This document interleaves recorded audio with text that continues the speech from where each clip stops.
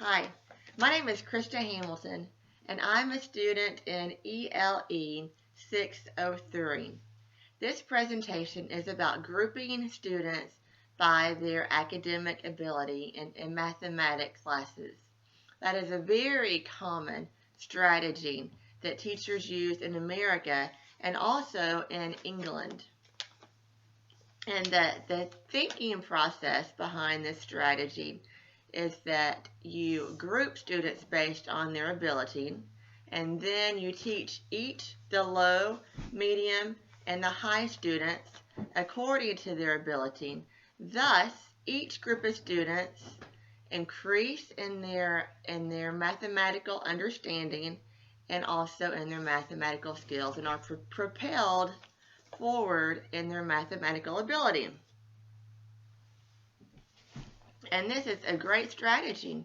However, as I have done research on this strategy, I have discovered some flaws that are really good for teachers to be aware of. And that's what I will discuss in my presentation.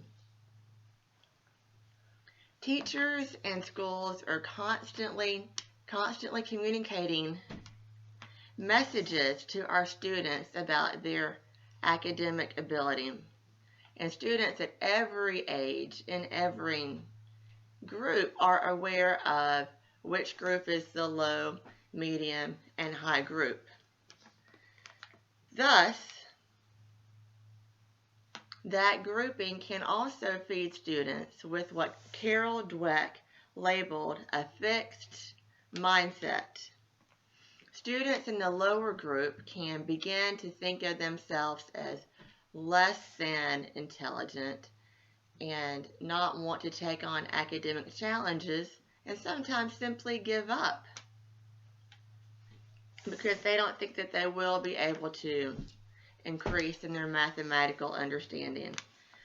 Dweck proposes that instead educators endorse a growth mindset that teaches that academic success is not only the result of our intelligence, but it is also the result of hard work, perseverance, and time.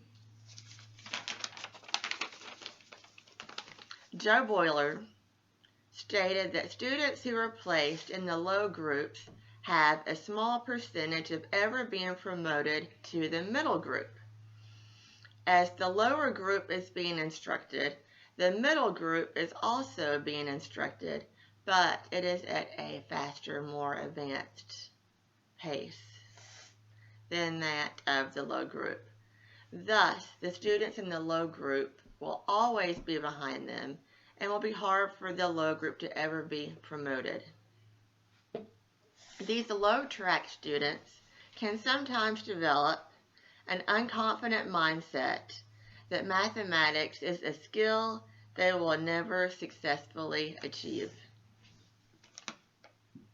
After Joe Boiler followed 700 students for over 3 years, she made a discovery that schools which had the mixed ability classes actually performed at higher levels than schools who had grouped their students by ability and tracked low track and high track. In addition, Japan, one of the countries that consistently scores very high internationally in mathematics, does not do ability grouping.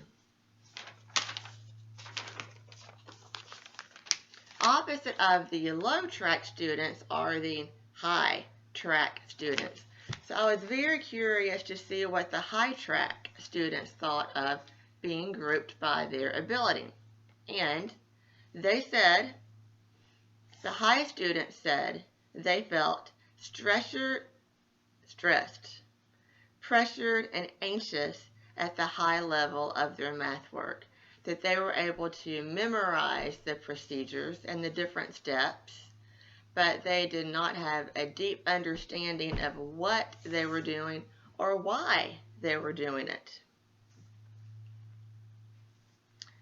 When the 1,000 students were asked if they would choose mixed ability groups or to be grouped low, middle, high, the majority of students answered mixed. Joe Boiler stated, the students held strong beliefs. The individuals have different strengths and weaknesses, and it is helpful to learn from each other. So as I conclude, NCTM states so well, we must ensure that pathways to the highest learning courses exist for all students. We are all mathematicians with amazing mathematical abilities just waiting to be tapped into. Thank you so much for listening.